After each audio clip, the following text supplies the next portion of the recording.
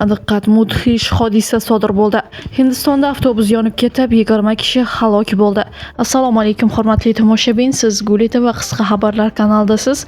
Kanalimizga xush kelibsiz. Yurtimizda va jahonda sodir bo'layotgan eng so'nggi va dolzarb xabarlardan doimo birinchilardan bo'lib xabardor bo'lib turishni xohlasangiz, kanalimizga hoziroq podpisatsiya tugmachalarini bosib, videolarimiz davomida bir dona like tugmachasini bosib ketishni ham unutmang.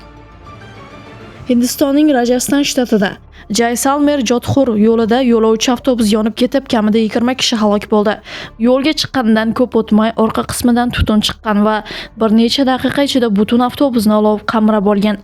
Yo'lovchilar tez tarqalgan yong'inga chiqib ulgura olmagan. Ayniqsa orqa o'rindagi shaxslar.